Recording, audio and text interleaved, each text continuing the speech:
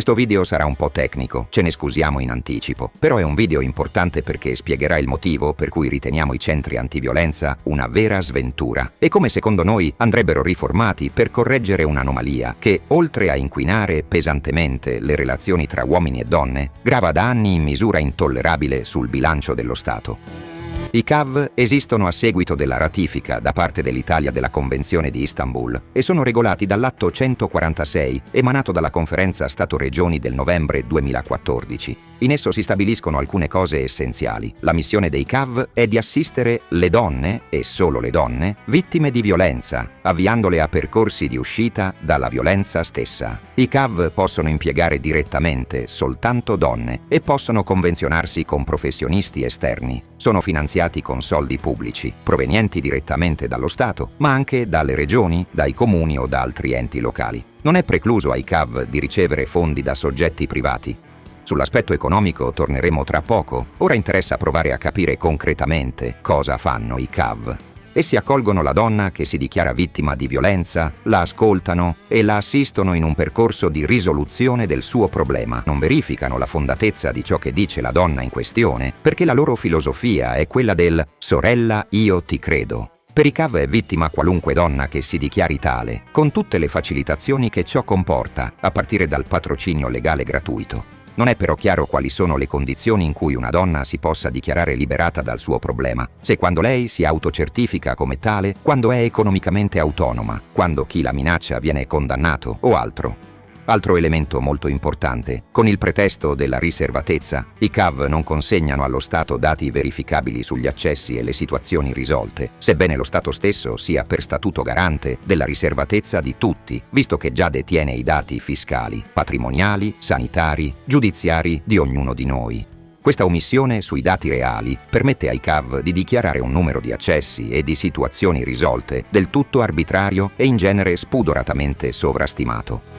Non è questione irrilevante. I CAV esistono perché esiste il mito della violenza contro le donne come fenomeno dilagante ed emergenziale, se non che i dati delle condanne degli ultimi 10 anni smentiscono recisamente questo mito. Secondo i dati dal portale Istat Violenza sulle donne, si ha una media di 5.000 uomini condannati all'anno per la cosiddetta violenza di genere. Ciò prova che i CAV di fatto non svolgono alcuna attività risolutiva. Ed è per questo che, in risposta a queste cifre reali, essi spendono molte risorse in una propaganda che parla di milioni di donne vittime. Milioni di milioni! Un numero tanto fasullo quanto necessario a giustificare la loro esistenza e i lauti finanziamenti da parte dello Stato, che ad oggi non è possibile quantificare con precisione, proprio perché sono parcellizzati in vari gradi, dal più piccolo ente pubblico fino ai finanziamenti diretti dello Stato. Chi ha provato a fare una stima parla di diverse centinaia di milioni di euro ogni anno, investiti per un fenomeno minimale e tutt'altro che emergenziale, una sproporzione che porta a chiedersi che fine facciano tutti quei soldi pubblici.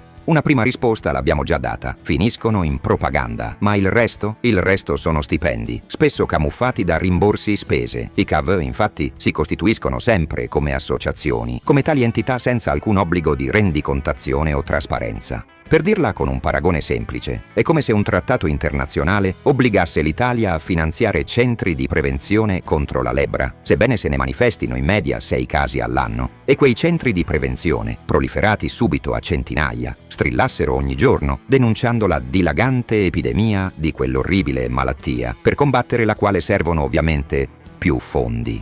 Qualche secondo solo per dirti che se ti piacciono i nostri video e vuoi darci una mano a diffonderli, sarebbe utile se ti iscrivessi a questo canale, mettessi like, commentassi e, insomma, facessi tutte quelle robe utili di cui noi boomer non capiamo una mazza. Grazie.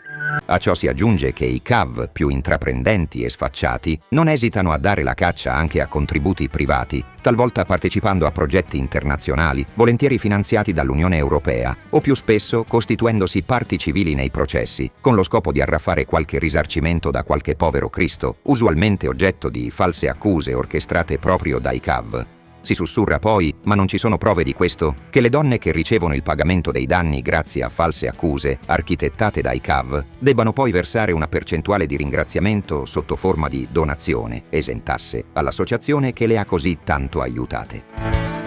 È già evidente così che se la Corte dei Conti o la Guardia di Finanza trovassero il coraggio di ficcare il naso in questo business dell'antiviolenza, troverebbero una realtà che i vecchi tangentisti della Prima Repubblica apparirebbero come ladri di polli. Ma chi ha il fegato di mettersi contro un'organizzazione così tentacolarmente radicata sul piano mediatico e così protetta dalla politica? Sì, perché ovviamente la politica coccola questa anomalia. I CAV sono anche lobby che veicolano voti, sono trampolini di lancio per carriere politiche e giudiziarie di successo. Qualche maligno dice anche che sono fonti di sostentamento illecito per quei partiti che ad essi garantiscono flussi di denaro pubblico, parte del quale poi torna indietro nelle loro casse in qualche forma. Come che sia, i CAV sono i soliti marcescenti acquitrini di clientela all'italiana, sottratti per legge nazionale e internazionale ad ogni controllo e verifica. Il tutto sulla pelle, essenzialmente, degli uomini e delle normali relazioni tra questi ultimi e le donne. Come intervenire? Di fatto i CAV svolgono un'attività che potrebbe essere tranquillamente svolta da uno sportello ASL o da un qualunque posto di polizia, che per loro statuto peraltro dovrebbero accogliere chiunque sia vittima di violenza e non soltanto uno dei due sessi. Come tali ad essi è devoluta una missione pubblica in nome e per conto dello Stato. Alla luce di ciò e del grande flusso di denaro pubblico che ottengono, i CAV dovrebbero costituirsi come società private e non più come associazioni. Dovrebbero attrezzarsi per accogliere sia uomini che donne ed essere vincolati a determinate regole e criteri di controllo molto precisi e severi. Dovrebbero adeguarsi alla normativa sulla trasparenza, a quella antimafia e a quella anticorruzione. Magari dovrebbero anche adottare un processo interno controllato e certificato, ad esempio tramite la normativa ISO 9001. Ma soprattutto il loro finanziamento dovrebbe dipendere dai risultati ottenuti. Ogni donna presa in carico come vittima di violenza giustificherebbe il trasferimento di fondi pubblici solo ed esclusivamente quando la sua uscita da quella condizione venisse verificata in modo terzo e oggettivo. Ad esempio, come requisito minimo, quando chi la sottoponeva a violenza venisse condannato da un tribunale. In quel caso, e solo in quel caso, il CAV dovrebbe ricevere finanziamenti pubblici da rendicontare al centesimo. Di contro, il CAV verrebbe penalizzato se, nulla di terzo e ufficiale, intervenisse a certificare lo stato iniziale di violenza e la successiva uscita o fallisse nel rendicontare i fondi pubblici ricevuti. Una volta sommato un certo numero di penalità, il CAV dovrebbe essere messo in lista nera e non ricevere più un centesimo. Chi dirà che si tratta di una riforma utopica sbaglierà o sarà in malafede. Il meccanismo qui proposto è lo stesso che si applica per gli istituti tecnici superiori, soggetti formativi in capo al Ministero dell'Istruzione dal 2010. Essi ricevono fondi pubblici da rendicontare al centesimo, ma soprattutto li ricevono in proporzione diretta all'occupazione reale e verificabile che riescono a generare. Se non ne generano abbastanza o se non ne generano affatto, subiscono tagli severi. O si regolamentano così i CAV, oppure tutti gli svariati milioni che ogni anno finiscono nelle loro casse tornino alle ASL e ai posti di polizia o a qualunque altro ufficio pubblico soggetto alla nostra equilibrata Costituzione, e non a leggi internazionali e nazionali macchiate del più bieco e clientelare sessismo.